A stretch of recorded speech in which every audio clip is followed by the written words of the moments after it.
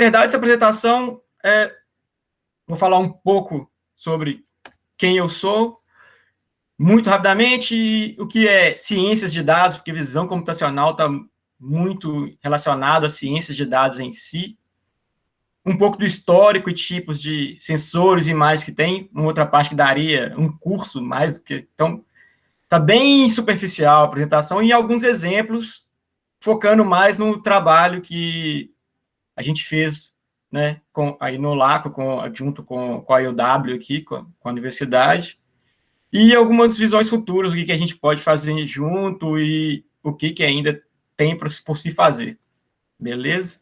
Mas então se tiver interesse em algum método, alguma coisa que eu não falar, você pode me parar e perguntar a qualquer momento e a gente vai conversando mais sobre isso. Então, para quem não conhece e quem não está vendo minha carinha bonita e agora, esse sou eu, em Madison, durante o suave inverno aqui de Wisconsin. Mas, na verdade, eu sou, como todos vocês aí, brasileiro de Caeté, Minas Gerais, perto de Belo Horizonte. E ali, volta um pouco aqui, calma aí. Aqui é onde os meus pais estão passando a quarentena agora, né? Que eu estava brincando mais cedo. Lá no sítio, com uma visãozinha para a serra, um lugar bem tranquilo. Para mim, isso não é quarentena, não. Ainda bem que eles estão, né? Espero que todos aí estejam bem também. E eu, na verdade, comecei minha carreira acadêmica e pesquisa, na verdade, aí no LACO com nutrição, com o Edgar e com o Alexandre Bem-vindo. Minha primeira bolsa foi do professor Alexandre Bem-vindo. E daí eu fui trabalhando em todas as áreas de pesquisas de aquacultura que tinham no LACO na época. Não tinha um grupo muito grande na época. Eu fui o primeiro bolsista de ser em um longo tempo, antes de terem bolsistas. E tinha quem? O Samuel, estava aí, o Turra no doutorado, então tem um tempinho isso aí. E trabalhando também depois com reprodução, com melhoramento animal, e o melhoramento é algo que me atraiu muito. E eu acabei trabalhando também não só com tilápia no melhoramento, mas com o pessoal das codornas aí, que, se eu não me engano, infelizmente, alguém me corrige depois se eu estiver errado, estava para acabar, né, o programa de melhoramento de codornas do professor Martim, aí na UFMG. Eu trabalhei muito com o pessoal do grupo de melhoramento animal, que tinha um programa de codorna, que era interessante, que tinha 2 linhagens de codornas, e fazia... Até alguns anos a gente conseguiu fazer duas gerações seguidas, né? E aí, só para mostrar como que era feito, né? Tipo, marcando os ovinhos com numeração de cada animal, repassava essa numeração para uma anilha que a gente mesmo fazia, e o pessoal que está com a Fabiana e estava fazendo assim também. Então, já desde o início ali, trabalhando com melhoramento. E foi aí que eu peguei mesmo o gosto por melhoramento animal, estatística, e decidi procurar alguma coisa fora. Depois do mestrado, procurar alguma coisa fora e vim parar em Wisconsin, que era um lugar que não tem muita coisa com aquacultura em si. Tem alguns trabalhos, alguma coisa com peixe, mas muito pouco. Vim mais por causa do melhoramento animal. O grupo de melhoramento aqui é muito forte, estatística e computação muito forte. E aí eu peguei uma base grande de estatística, matemática e computação.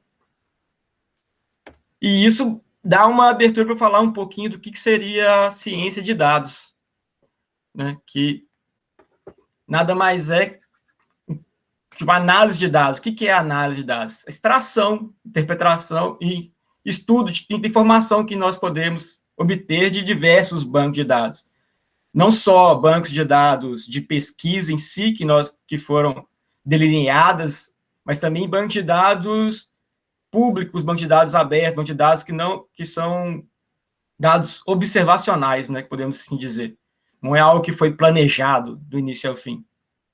E até a integração dessa informação de diversos bancos de dados para melhorar o nosso conhecimento. E isso acaba ficando algo um pouco mais complicado, que já envolve um certo conhecimento de outras áreas, não só estatística, engenharia, computação, como que vai extrair a informação de diferentes sistemas de dados, como que cada banco de dados está estruturado.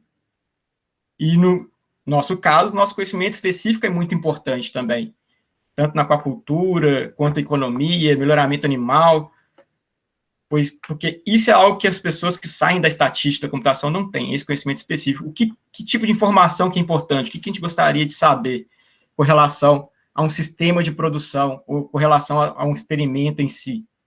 Né?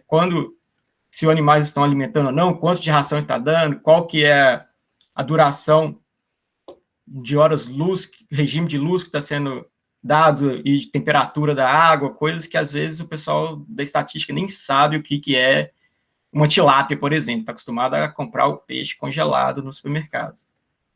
E aí é muito importante essa integração de todas as áreas. E às vezes é feita não só, muitas vezes é feita com um grupo multidisciplinar, ao invés de ser uma pessoa que entenda de todo o processo, mas quanto mais nós entendermos de todo o processo, acho que melhor.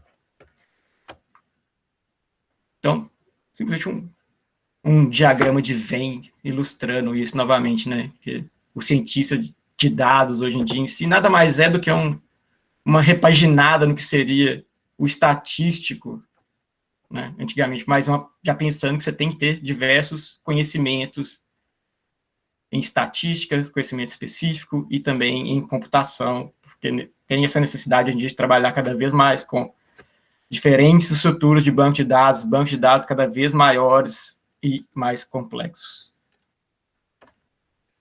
E só para mostrar o porquê que isso está na moda, vocês devem saber também, o quanto que nós temos dados hoje em dia, dados de todas as formas, temos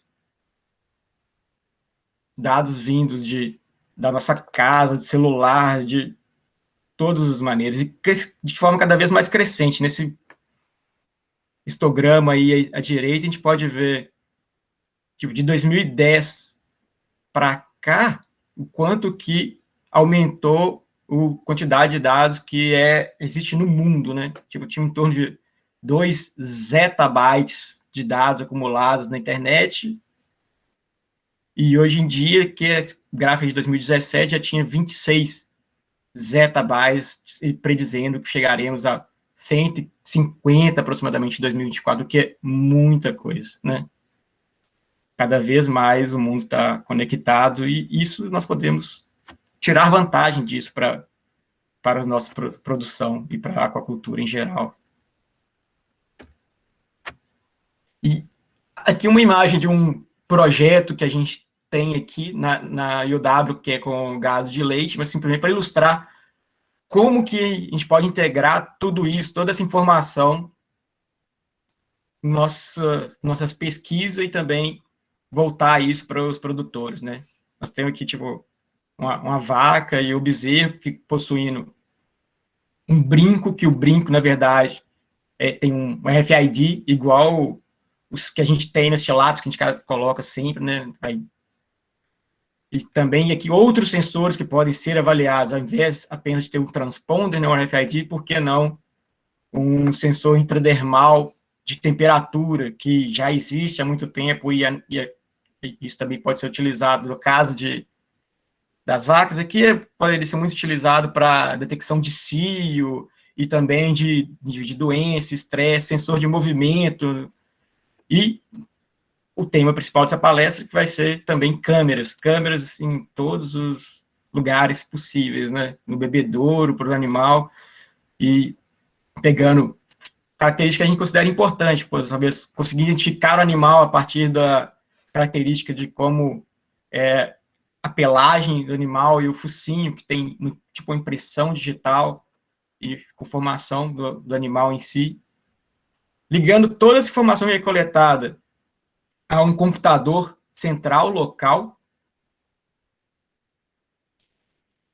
e esse computador também é uma grande dificuldade como ligar essa informação ao computador local, e desse computador local, principalmente, para um servidor remoto, como a gente conseguiria ligar essa informação com a universidade, de uma forma que a gente consegue processar ela remotamente e devolver já a análise dos dados para o produtor, né? E essa ideia pode ser simplesmente um layout para qualquer sistema de produção que a gente tem na zootecnia, né? Desenvolver quais sensores nós podemos usar, que tipos de imagem nós queremos, quais características nós queremos analisar, e como analisar, né? E devolver essa informação para o produtor da melhor forma possível. Aí entra o que é visão computacional em si. E uma descrição de que seria visão computacional é o campo da ciência que estuda o mundo a partir de imagens, ou seja, como imagens podem ser utilizadas para interpretar, identificar e reconstruir propriedades que a gente observa desse mundo. Como identificar diferentes objetos, como carros, pessoas, tilápia, surubim, qualquer objeto de interesse nosso naquela imagem. Separar aquilo do que é resíduo, do que é o background da imagem em si, que não é do interesse para aquela aplicação. Então, visão computacional pode ser vista também como simplesmente desenvolvimento de sistemas artificiais que vão nos auxiliar em diversos problemas que são do nosso interesse específico, né? A gente vai pegar ali técnicas de computação e de engenharia e usar diferentes tipos de sensores de acordo com cada aplicação que nós queremos desenvolver, seja ela, igual no caso do trabalho que a gente vai mostrar, avaliar o peso e a conformação corporal de tilápias e como a gente pode usar aquilo para o nosso favor. Então, não é algo novo em si a visão computacional. Na verdade, o ramo começou a surgir lá em 1970, quando tivemos as primeiras imagens digitalizadas. Começaram a digitalizar as primeiras imagens de um digitalizador, que é como se fosse um scanner, escaneando as imagens que eram produzidas, né, por câmeras de filme. Surgiu a visão computacional e outras áreas afim, como a análise de imagens digitais e o processamento de imagens digitais. E uma imagem digital nada mais é do que uma matriz, ou uma série de matrizes, em que cada ponto corresponde a um valor de cor ou um valor de luminosidade, entre algo muito escuro a algo muito claro, que a gente pode ver essa imagem aqui mostrando que, tipo, a maioria das imagens digitais, na verdade, cada matriz vai aceitar valores que vão de 0 a 256, que seria uma imagem 8 bits. Podem ser imagens de 16 bits, que vai aceitar muitos mais valores do que isso, e uma imagem de 1 bit, que vai ser apenas a imagem preto e branco, aceitando o valor de 0 e 1, por exemplo, para preto ou branco.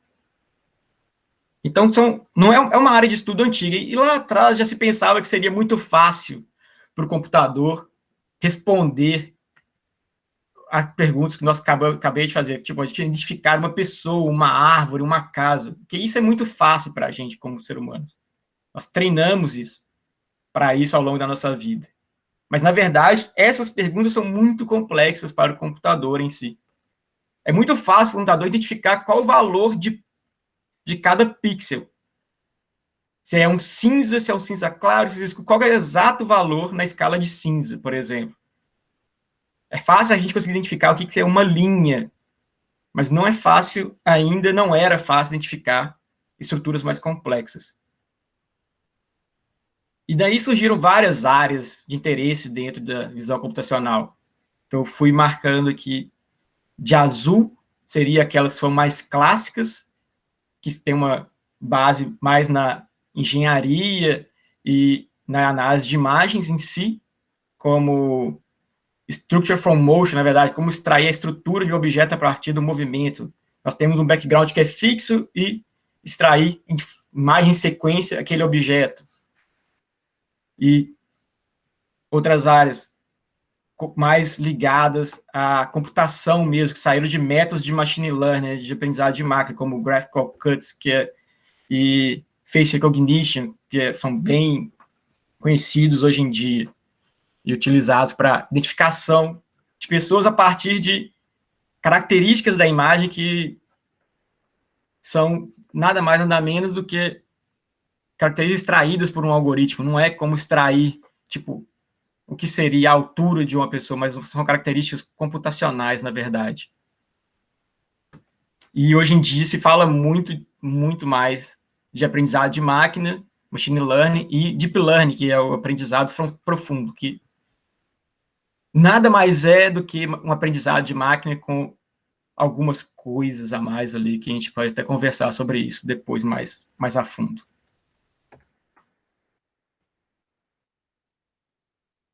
Voltando aqui, que eu esqueci de falar, por exemplo, o que seria o face recognition, né, que é, na verdade, são como se fosse uma janelinha, esses primeiros algoritmos, tipo Viola-Jones algoritmo, que foi o primeiro grande algoritmo que funcionou para reconhecimento de facial, na verdade, cria diversas estruturas, diferentes janelas, diferentes estruturas de matemáticas que vão extrair informação da imagem, na verdade, fazendo uma convolução da imagem, né? Vai passando, pouco a pouco, uma janelinha, por exemplo, de 5 por 5 frames, varrendo a imagem, tentando identificar uma certa estrutura que pode ser, por exemplo, algo ligado ao contorno do olho ou a sombreamento do nariz em si, mas, na verdade, é uma estrutura matemática que vai dar um sinal quando tem um match em diferentes rotações e coisas afins. Até métodos mais, como está falando, hoje em dia, o boom do machine learning e do deep learning. Só para ter uma ideia do que seria esse boom hoje em dia, se formos pegar quantos artigos estão sendo publicados, né, na área de visão computacional e machine learning, a gente consegue ver que veio crescendo ao longo dos anos, e que de 2013, mais ou menos, a gente tem um boom da palavra machine learning, né, nos artigos, que é simplesmente mostrando o quanto que isso está inserido hoje em dia nas nossas vidas e na pesquisa em si, o interesse em machine learning. Então, é uma área interessante de, pelo menos, se entender, para saber conversar e saber se o que está sendo proposto em algum projeto ou em algum artigo que a gente lê, se aquilo faz sentido e se é possível, se é factível. E dos tipos de imagens que tem aqui, só algumas para mostrar, exemplificar. Temos as câmeras digitais clássicas, como a CCD, né, que é mostrar no sistema de visão que nós temos, no raio de sinal que nós temos visão, como câmeras que são de outros sensores eletromagnéticos, né, outros, como no caso de câmeras térmicas, que está utilizando ali infravermelho, na verdade, e ultrassons, ou até sensores mais complexos, como sensores de profundidade, que podem ser utilizando 2 ou mais câmeras de... Além disso, no caso desse sensor, nós temos 4 sensores, né, nesse que está sendo mostrado, que é um sensorzinho da Intel. Tem 2 câmeras digitais na direita, um sensor que está emitindo um sinal infravermelho, e o outro sensor que está capturando esse sinal infravermelho codificado de volta, que está nos dando a distância da imagem. Então, na verdade, são 2 sistemas em conjunto trabalhando para gerar esse mapa de distância, né, da imagem para a câmera, de cada ponto para a câmera. Então, temos diversos tipos de imagens. Temos imagens hiperespectrais, que, na verdade, é uma união de vários sensores diferentes, gerando, nesse momento, no caso, uma imagem que não é apenas uma matriz, mas são N matrizes, cada uma para cada sensor, para cada tipo de onda que está sendo ali capturado. E alguma dúvida, gente, nesse pedacinho de introdução? E agora vamos começar a falar um pouco de alguns exemplos. Então, eu vou só apenas citar alguns exemplos e depois falar mais do exemplo que foi esse trabalho que a gente fez. Tá tranquilo, Arthur. Beleza. Então, vamos tocar o barco aqui um pouco. E tem como eu falei, para diversas coisas que nós gostaríamos de medir, nós conseguimos ter alguma aplicação com visão computacional. Pode ser que não seja a melhor ferramenta para mensuração, mas nós conseguimos testar e avaliar isso. E é uma ferramenta bem interessante, na verdade. Toda vez que nós usamos câmeras para capturar alguma informação no ambiente, nós não estamos diretamente interagindo com os animais. Então, é muito interessante, por exemplo, no caso de avaliar comportamentos. Nós vamos ver diversos trabalhos com comportamento animal e, no caso aqui, 2 exemplos com comportamento alimentar. Um de 2016, onde diversas câmeras foram colocadas no fundo de tanques escavados para produção de camarão, próximo justamente onde fica o comedouro que eles jogam no tanque. E a gente conseguia ver justamente essa resposta dos camarões. Quantos camarões estão indo se alimentar, quanto tempo eles estão ficando para se alimentar, se estão chegando à saciedade ou não. E, ao mesmo tempo, conseguiram avaliar a turbidez da água e a presença de fitoplâncton. Só que nesse trabalho, toda a extração de informação foi feita de forma manual.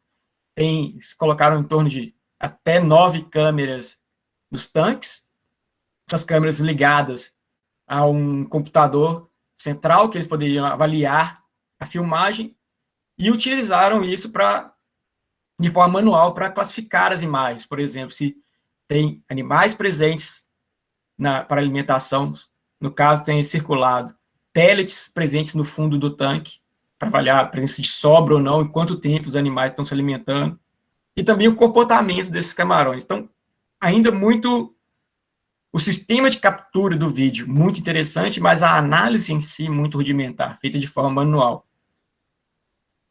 Comparativamente, nós temos um trabalho um pouco mais recente, de 2019, com o salmão, avaliando a mesma coisa, comportamento alimentar, mas nesse momento foi realizado a produção de um sistema de visão computacional para avaliar essas imagens que foram geradas de forma automatizada. No caso aqui, é um sistema de aprendizado profundo, em que eles tinham duas diferentes algoritmos trabalhando em conjunto. Um que avaliava, tipo assim, movimentação na água em si, e o outro que fazia a conexão espacial dessa movimentação na água, de forma a identificar, lá no final, ligando essas duas redes neurais, numa outra rede, que é uma rede simplesmente para predição do comportamento em si. Então, o comportamento de alimentação, ou seja, avaliar se esses salmões estão se alimentando ou não naquele momento. E isso pode ser utilizado para identificar se os animais estão entrando em saciedade, como já falei, quanto tempo está durando a alimentação, se vai ter sobra ou não, e parar o arraçoamento para não deixar ter sobra, para que não tenha desviação dessa ração ir para o fundo do mar, e também perder dinheiro com isso. Então, assim, em pouco tempo, a gente passou a ver muito mais trabalhos, e algo recente, e algo que vai ter mais ainda, trabalhos tentando fazer essa parte de automatização do sistema de visão computacional, que é o que a gente precisa. Oi.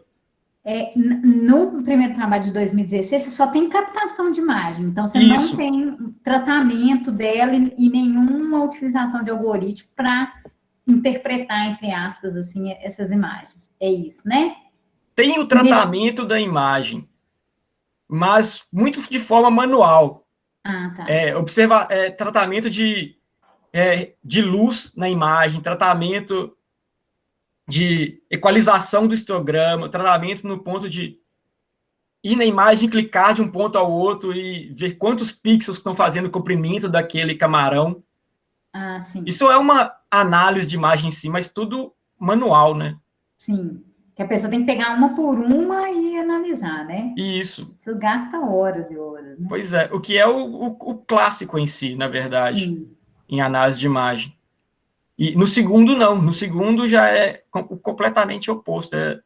É um modelo, nem sei se pode chamar de modelo em si. É uma arquitetura, um método de aprendizado profundo, em que precisa de um certo tratamento manual inicialmente. Por exemplo, cada filme, no caso deles, cada pequena série de filme, alguém tem que chegar e avaliar e falar se está ocorrendo alimentação ou não, por exemplo.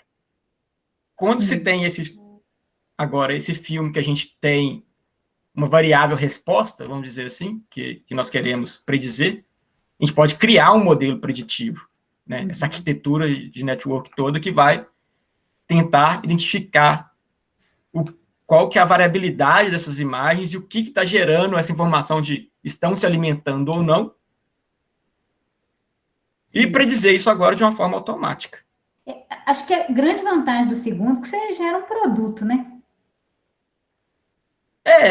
No final das contas, pode ser um produto, né? Mas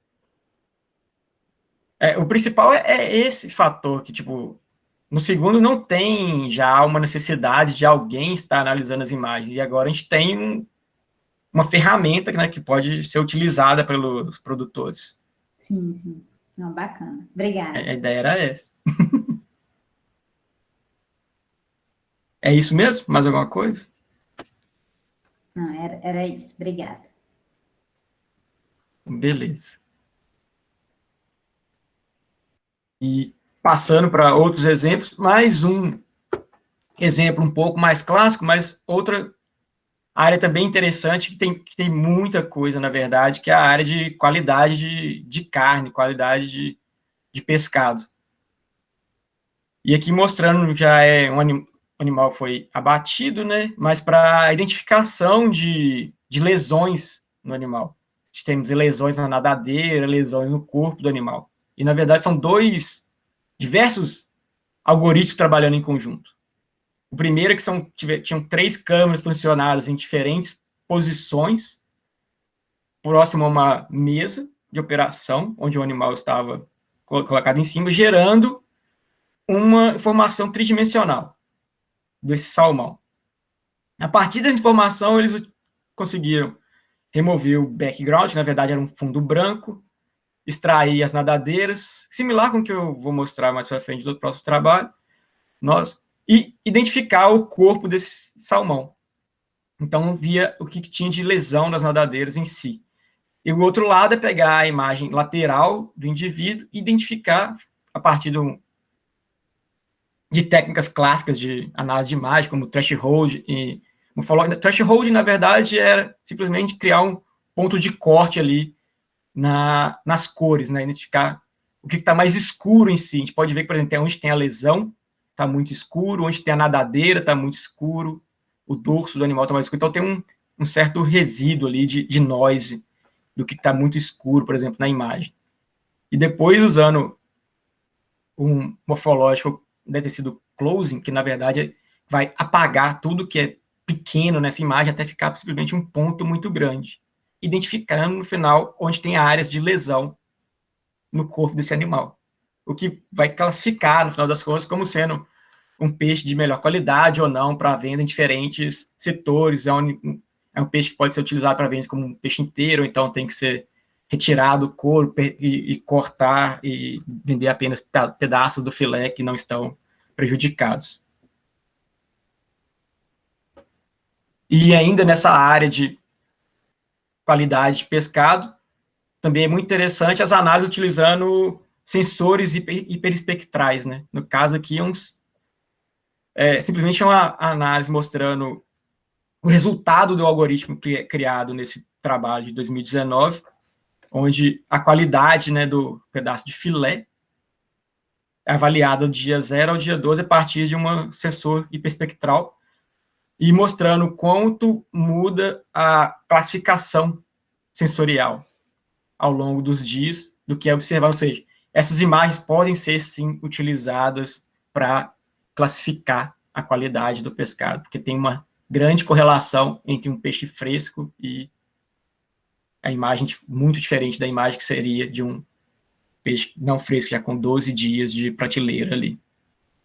E também pode ser utilizado para testar agora, por exemplo, diferentes tipos de métodos para prolongar a qualidade de prateleira, né? Já que nós sabemos que essa imagem tem uma certa correlação com o frescor do filé. Então, assim, para quase toda situação a gente consegue imaginar uma aplicação que a gente pode ter de visão computacional. E tem diversos algoritmos sendo utilizados, na verdade, o que torna muito mais complexo ainda também essa análise. E o estudo, né, em si, tentar entender tudo isso. Então, vou aprofundar um pouco mais num trabalho que foi feito em conjunto entre a Universidade de Wisconsin e a Escola Veterinária, simplesmente porque seria o meu doutorado se eu tivesse continuado, também parte do meu doutorado tivesse continuado no LACO, e a gente precisa terminar isso. Tem até culpa minha, tem que conversar com tu e pedir desculpa também, que tem coisas que não foram feitas e tem uns dados ainda desse trabalho que podem ser utilizados para fazer muita coisa legal ainda. Mas esse trabalho foi um trabalho inicial tentando mostrar como a gente pode utilizar esses sistemas de redes neurais para extração, né, de informação que nós queremos do peixe e predição de peso vivo, peso de carcaça e tentar predizer também rendimento de carcaça. Então, a ideia é que quando nós começamos os trabalhos, não tinha muita coisa nisso e o pouco que eu tinha achado lá em 2014, né, e trabalho já de 2016, era muito igual eu estava mostrando o trabalho que eu te falado, é muita coisa manual. Por exemplo, essa adaptação de 2016 foi feita com animais já abatidos e congelados e cortaram as nadadeiras manualmente. Depois utilizaram um algoritmo de, né, segmentação de thresholding para identificar o que seria a área do corpo do animal e medir a altura, largura e outras variáveis de interesse. Recentemente, e junto com o nosso trabalho, apareceram outros trabalhos também, por exemplo, esse de 2019, já criando um algoritmo mais automatizado para a identificação de halibut, de linguado, tipo um linguado, peixe achatado, e medir também a área, né, do corporal, até mesmo com áreas que estão oclusas na imagem, utilizando exemplos que eles têm numa biblioteca, de exemplos do que seria o contorno do peixe, e a partir dessa informação a priori, consegue reconstituir o contorno total do animal e ter uma medida da área. Mas nada com predição em si de peso, simplesmente é uma medida da área e para eles estava bom ali, porque a área também é algo que tem uma correlação muito alta com o peso corporal. Então, a nossa ideia, no final, foi desenvolver um sistema automatizado para mensuração de características biométricas, como altura, largura e a área do corpo do peixe, e, a partir dessas medidas, desenvolver modelos de predição de peso corporal, rendimento de carcaça e em tilápias no Nilo. Então, o que a gente fez, na verdade? Alguns de vocês até participaram desse projeto em si aí no lago, que foi pegar os animais, colocar em cima de uma mesa e tirar fotos desses animais no momento que estão fazendo também a pesagem, né? E alguns deles foram depois selecionados para o abate, separados para o abate. Então, para esse trabalho, foi dividir o banco de dados em dois bancos de dados, que eram os animais que foram produzidos nos primeiros meses, como banco de dados, e os animais que foram produzidos nos próximos meses, no próximo grupo, como um grupo 2, para ser um grupo de validação. Então, os animais primeiros vão ser os animais que vão usar para treinar os modelos em si, todos os modelos, tanto o Deep Learning quanto depois o modelo de predição. E esse outro segundo banco de dados para validação. São um banco de dados independente usado para validação. E a ideia inicial, lá atrás, era de fazer essas medidas manuais na imagem. Mas foi evoluindo para, como eu falei, desenvolver o sistema automatizado. Então, como que a gente fez para isso?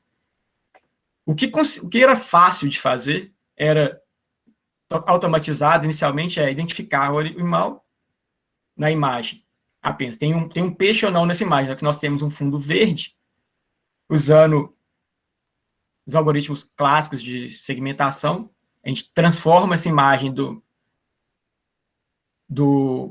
plano RGB para um outro plano de imagem, que na verdade é o LAB, que seria uma matriz de luminosidade, uma matriz e outras duas matrizes para as cores em si.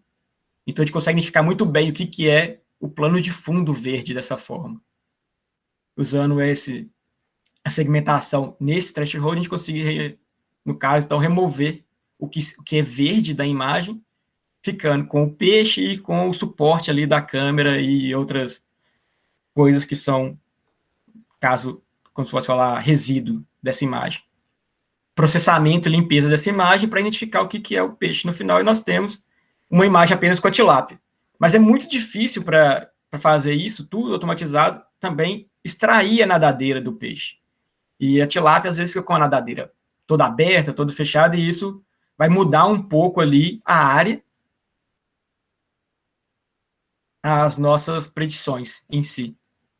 Né? Esse que é o que a gente pensava. Então, tinha sempre essa vontade de também extrair a nadadeira e talvez também a cabeça do peixe em si. Acabamos ficando apenas extraindo a nadadeira, mas para fazer essa extração, e de uma forma que fosse mais robusta, todas as imagens foram enviadas para esse Amazon Mechanical Turk, que na verdade é um sistema fácil e barato de conectar com pessoas, para trabalhar para você em coisas pequenas.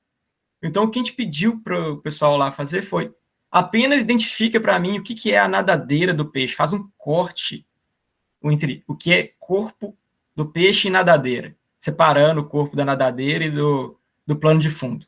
Só um desenhozinho em volta do corpo do peixe. E várias pessoas fizeram isso para várias imagens que a gente tinha. Então, gerando um banco de dados assim, mais robusto, onde agora a gente tem um banco de dados que a gente sabe o que é a imagem original e o que a gente quer, que é o corpo da tilápia em si. E esse banco de dados é o banco de dados que é utilizado para alimentar o algoritmo da rede neural. E agora, com esse resultado final que a gente tem, o que é a área do corpo do peixe, a gente consegue medir exatamente a área do corpo do peixe em pixels, que nada mais é do que a soma de todos os pixels, medir a largura, a altura, excentricidade e várias outras características que a gente queira medir dessa área corporal. No caso, a gente mediu apenas altura, largura, excentricidade e a área em si. Então, o que é o sistema de aprendizado profundo que foi desenvolvido, né? A rede neural desenvolvida? É uma rede que também é conhecida como segmentação semântica, né? Semantic Segmentation, que tem diversas camadas em si. Tem várias camadas que vão tentando reduzir, afunilando o tamanho dessa imagem, que é o encoder, o codificador, que na verdade está tentando extrair informação da imagem, e tem uma série de camadas que são ligadas ao encoder, que vai tentar aumentar depois até chegar ao tamanho original da imagem que foi colocada para alimentar esse modelo, que é a série de decodes. E cada layer, nesse caso, tem uma função. Tem um layer de convolução, que é semelhante àquele que eu mostrei lá atrás do algoritmo Viola-Jones, que é uma janela que vai passando em partes da imagem, tentando identificar alguma característica de interesse que o modelo em si, no final das contas, está gerando. O modelo inicial, ele é gerado por diversos números aleatórios nessas cadeias, como se fosse uma equação onde os preditores estão embaralhados, e vai tentando se adaptar a partir da resposta que ele tem no final de predição do pixel. Então, se a predição foi errada ou se foi verdadeira, essa informação vai sendo em cascata, levada de volta e ajustando cada um desses pesos no modelo. Então, assim, é um modelo muito grande e muito complexo. Na verdade, o frigir dos ovos é esse. E que tem diversas coisas que nós podemos ali tentar para melhorar essa predição. Então, nós desenvolvemos um modelo desse tipo e avaliamos, na verdade, várias coisas, mas no final o que ficou mais interessante de mostrar foi a diferença que tem em tamanho de imagem e também número de camadas, que seria algo ligado à complexidade desse modelo. E, a partir das características extraídas, criamos modelos de equação linear para predição de peso vivo, peso de carcaça e rendimento de carcaça. Movendo aqui para os resultados, nós temos, por exemplo, rapidamente, mostrando aqui, de 0,1 seria a imagem com 10%, e uma camada de encoder e também uma camada de decodificação.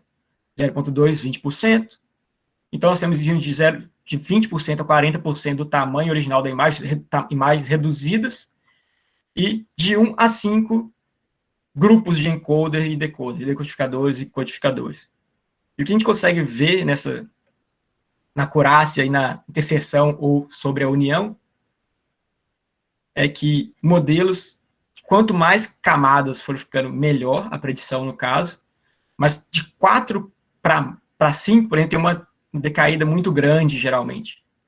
Então, tipo assim, o ponto que parece que foi o melhor, que não temos um modelo tão complexo e que tem uma ótima predição, seria com uma imagem que foi de 20% do tamanho original com 4 camadas, né, grupo de decodificação, dando ali uma interseção ou união em torno de 0,85.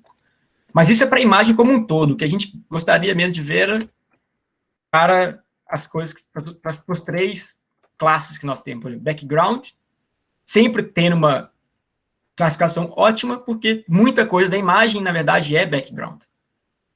Mas na hora que a gente parte para nadadeira, né, para fins e para corpo, nós temos ali uma quedinha muito pequena para o corpo, que é o que a gente está mais interessado, classificando ali em torno de 90% dos pixels corretamente, e uma queda maior para a nadadeira, o que faz sentido nesse caso, porque a nadadeira está entre o corpo do animal e o background, e temos muito menos pixels que fazem parte do grupo, que é a nadadeira em si. Mas se nós tivermos uma boa classificação do corpo, que era o que a gente interessava, tá excelente. E outra forma de avaliar isso é olhando as imagens em si. Então, aqui a gente tem 4 imagens que label, né, é a imagem que nós temos que foi manualmente classificada, e prediction é a predição em si, né?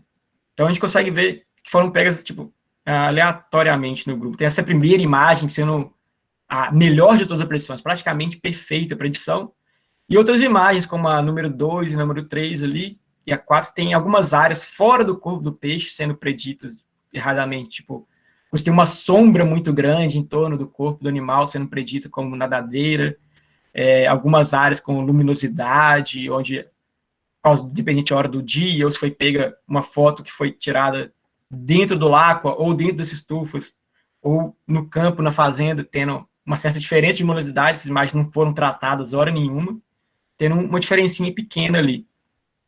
Mas, no final, uma classificação muito boa para o que a gente queria. E a gente achou que estava bom demais para ser verdade e resolveu avaliar esse modelo com outras imagens. Imagens que não são de tilápia em si. E que não foram... Porque, no caso, aquelas que não estão tipo, pegadas de diversas outras formas, né? E a gente consegue ver o quanto esse modelo é extremamente específico, na verdade. Porque ele vai muito bem para classificar imagens que foram geradas da mesma forma que as imagens usadas no treinamento. Mas, quando é peixes diferentes situações, por exemplo, animal, do lado, nessa figura à direita, a gente tem imagens de carpas e imagens de diferentes outras tilápias. Mesmo sendo uma tilápia muito parecida com a tilápia do Nilo, por exemplo, essa terceira tilápia de cima para baixo,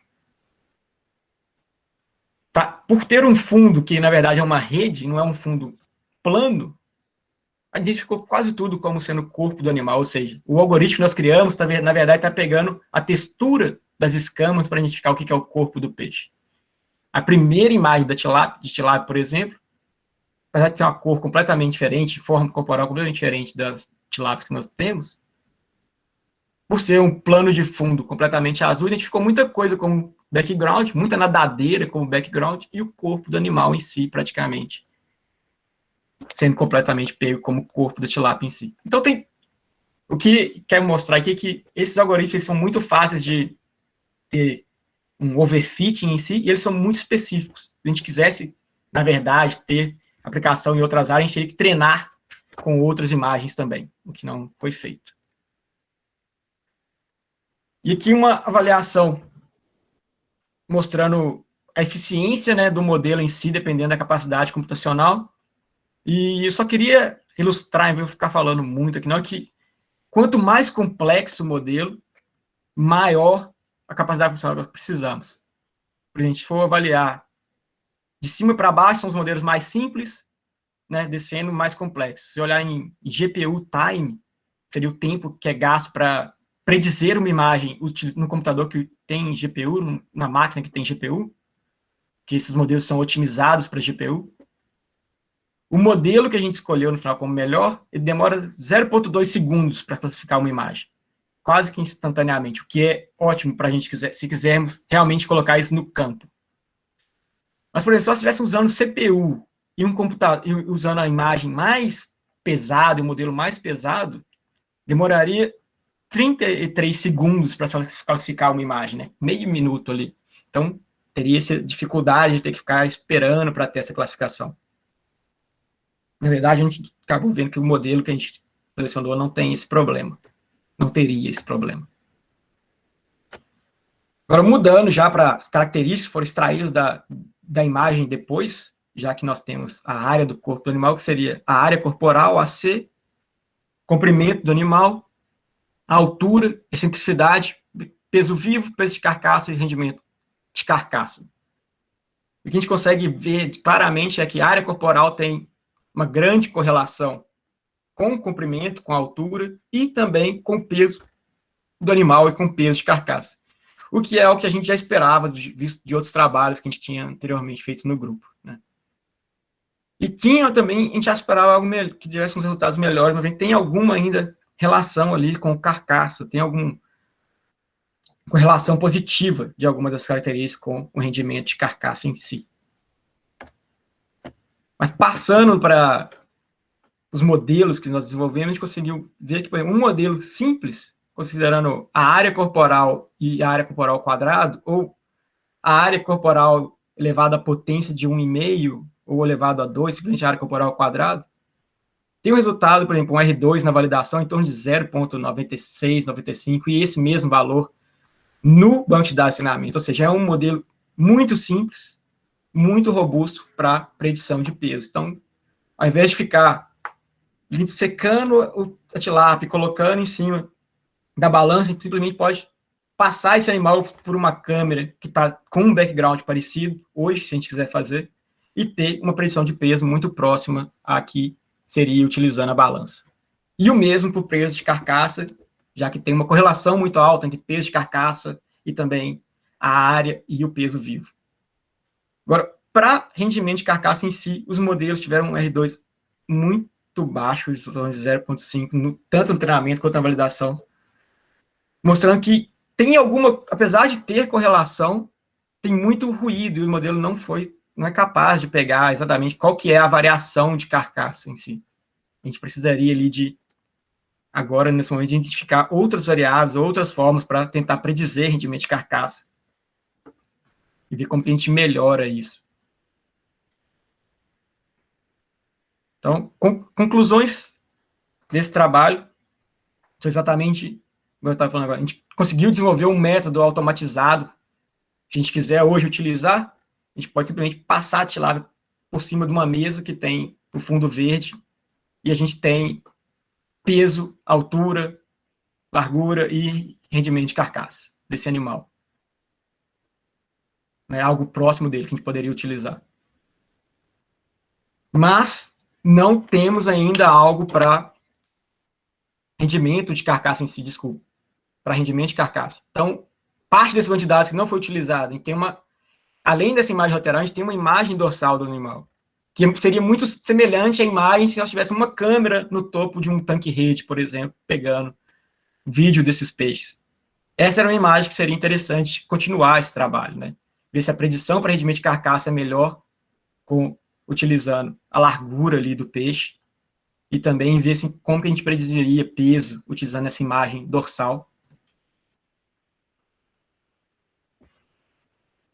E outros desenvolvimentos futuros seria o desenvolvimento de um modelo, né, mais robusto para outros tipos de imagens de peixe, não só em cima de um pano verde, mas também dentro de tanques, redes, tanques escavados, dentro de um sistema de recirculação e de outras espécies em si. A partir do momento que a gente tem esse banco de dados complexo, a gente pode tentar desenvolver também modelos mais complexos. E acho que era bem isso que eu tinha para falar para vocês, e com uma mensagem final aí, que não é para ficar assustado, ninguém ficar assustado com diferentes coisas. Putz, eu tenho que saber também de computação, eu tenho que saber também de estatística.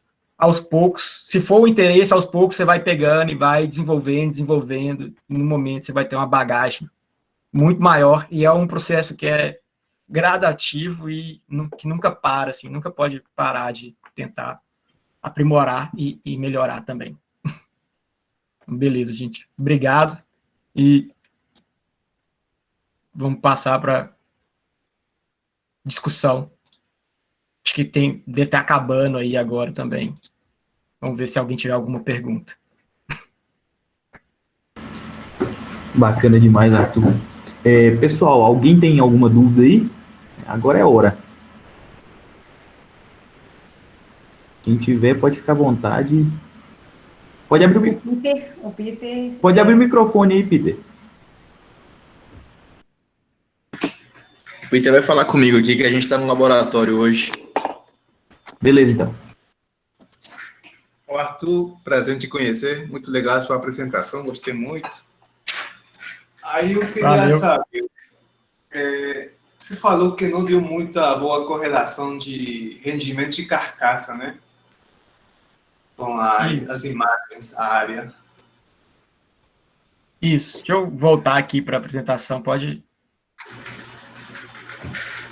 continuar falando. A gente tem alguma correlação em si com o rendimento de carcaça, né? Mas não deu uma boa predição. Na verdade, na hora que pega para analisar a predição em si, foi muito baixa, como se toda aquela variação que tivesse ali fosse resíduo. Mas aí eu fiquei curioso, porque peso vivo, na verdade, deve ter uma boa correlação com o rendimento carcaça. Por que aí que deu errado, né? Por que não saiu bem essa correlação? Se a gente olhar a correlação em si de peso vivo com rendimento de carcaça, foi positiva, né? Mas nos dados que nós temos foi em torno de 0,2. Na verdade, o que é interessante aqui é que tem uma diferença muito grande da correlação de rendimento de carcaça num banco de dados com a correlação de rendimento de carcaça com as mesmas características no outro banco de dados. Então, teve uma diferença de momento ali.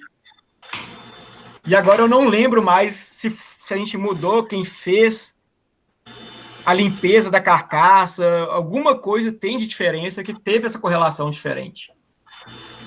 Porque essa avaliação é muito importante. Às vezes nós temos um resultado muito bom em um experimento, ou um resultado muito bom em um momento, e a gente vai usar aquele mesmo modelo num outro banco de dados, numa outra estrutura, num outro tempo. E ele não tem. Com certeza, o resultado vai ser igual ou pior do que o resultado que a gente teve antes. E aí, esse é o ponto que a gente tem que investigar mais. Por que foi diferente? E também, que características nós podemos utilizar para rendimento de carcaça. Claro. Rendimento é sempre ruim, né, Arthur? Eu não estou lembrando de ver um trabalho que, sei lá, nem 70%. Assim, uma correlação de 0,7, sabe? Uhum. É muito difícil de ser. Ô, Arthur. Oi. Arthur. Eu tenho ainda uma dúvida, que é uma coisa que eu e o Fábio já discutimos muito. Em buscar um modelo que não necessariamente faz uma boa predição, ou seja, acertar o rendimento de carcaça bem, mas conseguir ordenar os animais de uma forma bem feita. Então, assim, eu posso não ter um modelo acurado, mas posso ter um modelo mais preciso, que vai separar os indivíduos num ordenamento, mas não necessariamente acertando qual que vai ser o real valor de rendimento de carcaça dele.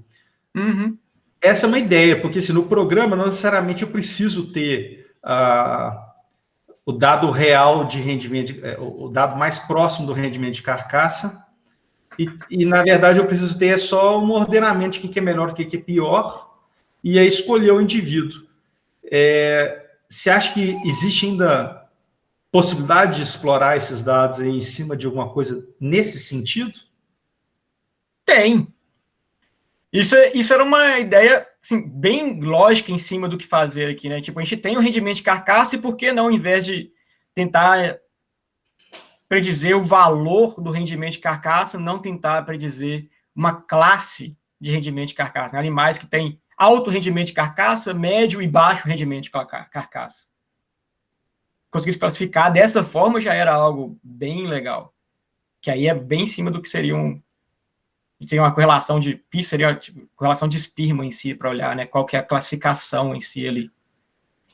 Mas um outro ponto que a gente não mexeu é exatamente essa segunda imagem que a gente tem também, né, dorsal, que talvez tenha muito mais informação de rendimento de carcaça ali. O animal que tem uma largura maior ali, tem mais carne em si. Eu fiquei curiosa com essa imagem, Arthur. Não sei se você reparou, mas aqui eu consigo ver claramente na imagem uma separação da cabeça. Isso é só essa foto ou você chegou a reparar que as outras também? A tilápia em si tem essa marcaçãozinha ali, né, atrás da cabeça, né, geralmente. Eu não tinha percebido quanto que ela fica clara na imagem, assim, sabe? Que tem coisa que a gente enxerga bem a olho nu. Mas essa tá muito boa. Essa foto tá muito boa. Porque eu achei legal que tá bem separada, né? Mas não sei se todas são assim. Não é. Um outro ponto também, Arthur, que eu não cheguei a mexer, que a gente pode trabalhar, por exemplo, nesse trabalho, a gente tem dois modelos, né? É two-step análise, né? Tem um modelo para predizer o peixe e o corpo do peixe, e dali a gente cria um modelo para predizer peso e rendimento de carcaça. Agora, por que não de fazer tudo isso num passo só? Né, o último trabalho que eu fiz com os dados dos porcos aqui foi isso, na verdade. É uma neuronet, né, um deep learning, que está tudo junto ali. Então, ele escolhe quais são as melhores características, vamos assim por dizer, da imagem para a predição de rendimento de carcaça. Então, pode ser que a gente está comendo mosca ali em alguma coisa na imagem que a gente não deu muita bola, que o modelo em si pode capturar para a predição do rendimento. E para esses outros exemplos, assim, de animais, igual o suíno que você trabalhou, vocês têm predições de peso vivo ou vocês também têm predições de rendimento de carcaça bons? Não, é peso vivo, mas eu tenho essa apresentação, alguma coisa aqui. Então, basicamente, aí nesse caso, qual que é a vantagem? É para a linha de processamento? Aqui é muito parecida a apresentação, que eu capturei muita coisa dessa. Deixa eu ver se eu acho a dos porcos, para você ter uma ideia. A gente tinha no... Vocês estão vendo, tá vendo aí o material e métodos? Então, no caso aqui, a gente tinha uma câmera 3D, né, a Kinetic, e a gente capturava vídeo desses porquinhos logo antes da balança. E também tem o ultrassom desses animais. Então, o que eu estou tentando para dizer aqui, no caso, é peso vivo e também área de olho de lombo e a espessura de gordura. São as 3 características que a gente precisa. E tem um resultado até bem legal. Não sei se cheguei a mostrar para vocês esse vídeo, por exemplo, que seria o sistema funcionando para extração dos frames do porquinho. Então, aqui tem a imagem 3D, né? E à direita seria seegmentação da imagem. Então, quando o porquinho parou numa posição legal, ele pega, escolhe, passa para os próximos níveis do programa que eu criei e dá o resultado. Aí seria algo assim também que daria para criar. Agora, cadê o resultado de carcaça em si? Tem uma tabela aqui com isso. Aí aqui, por exemplo, seriam os resultados para rendimento, né? Na verdade, ele é o R2, né? Não é a correlação, né?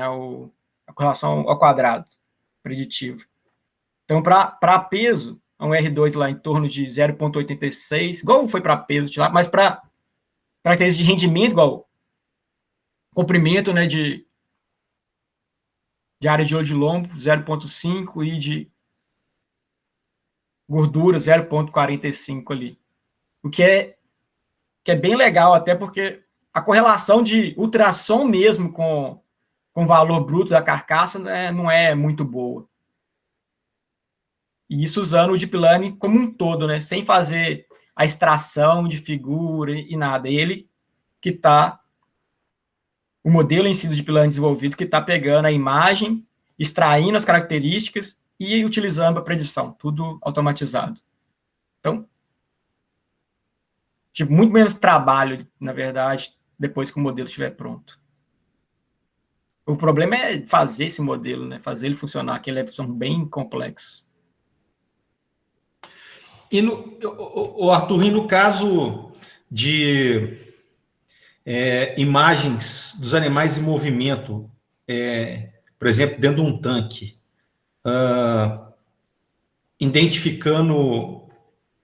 predizendo o peso vivo médio do tanque para decisão de alteração de arraçoamento, ou coisa escurecida, ou decisão de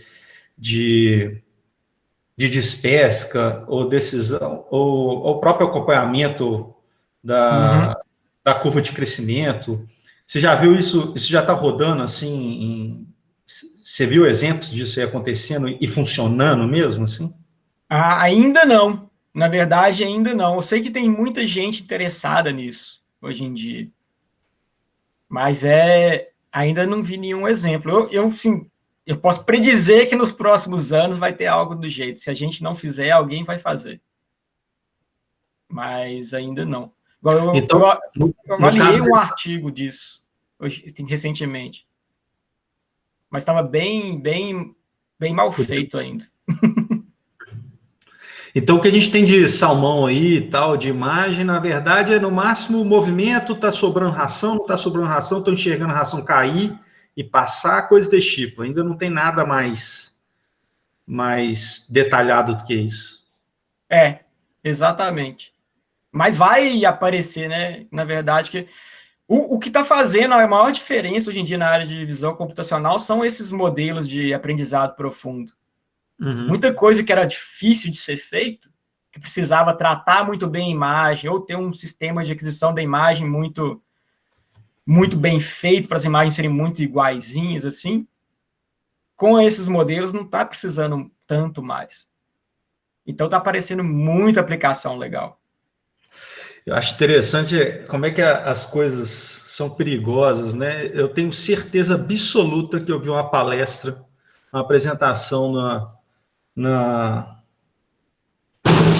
Aquaciência de 2017, em Natal, um cara apresentando, mas era um produtor, era tipo um técnico produtor, um representante de uma empresa, falando que isso tudo que eu falei antes, de um modelo preditivo com movimento alterando, acompanhando o crescimento dos animais, predizendo peso vivo médio do tanque, já estava funcionando dentro da fazenda deles. Pois é. Mentira.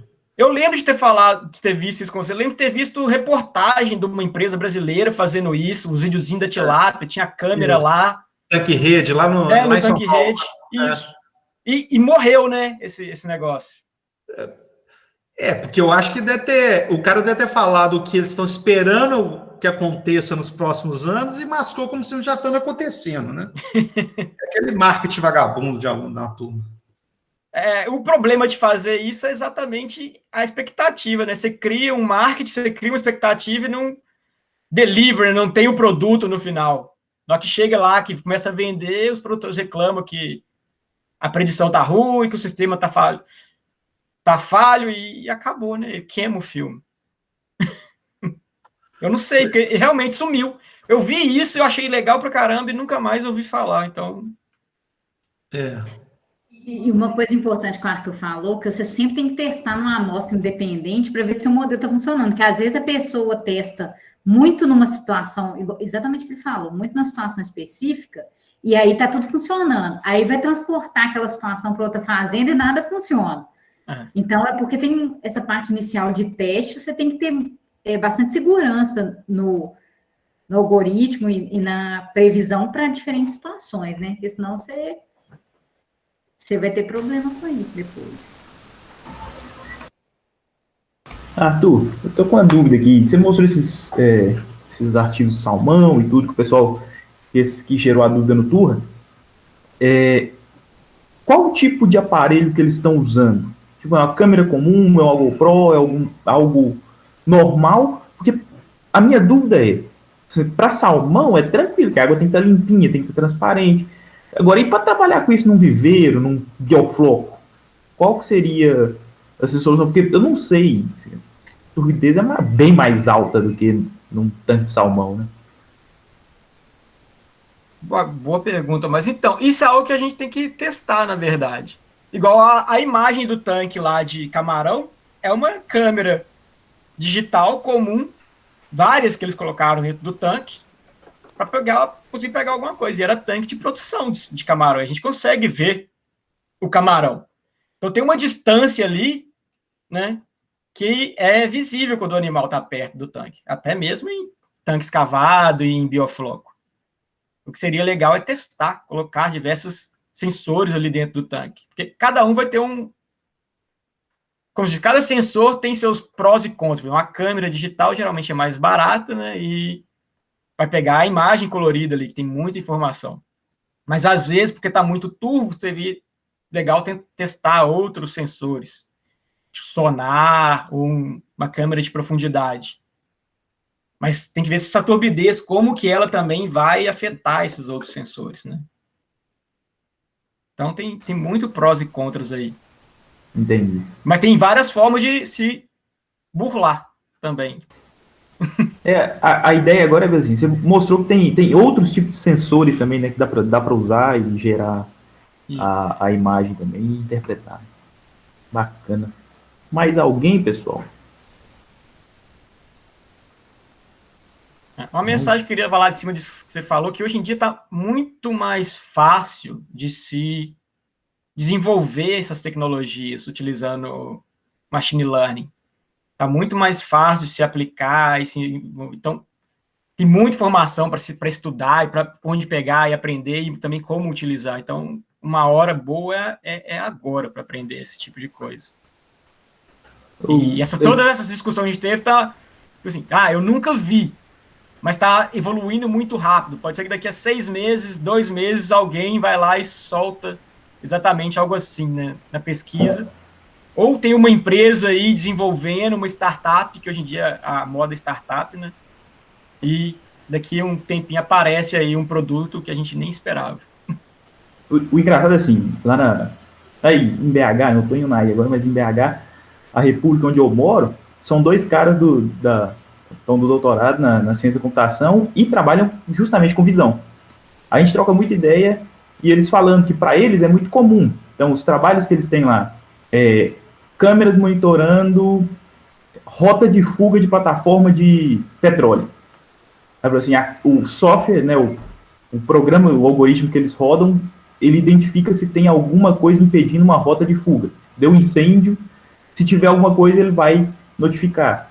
O outro que você estava falando, era câmeras instaladas em caminhões, né, se não me engano, era caminhão de petróleo, e eles essas câmeras passam a identificar se o cara, os sinais que ele está dando, se ele está cansado, se não, para tentar minimizar a chance de acidente.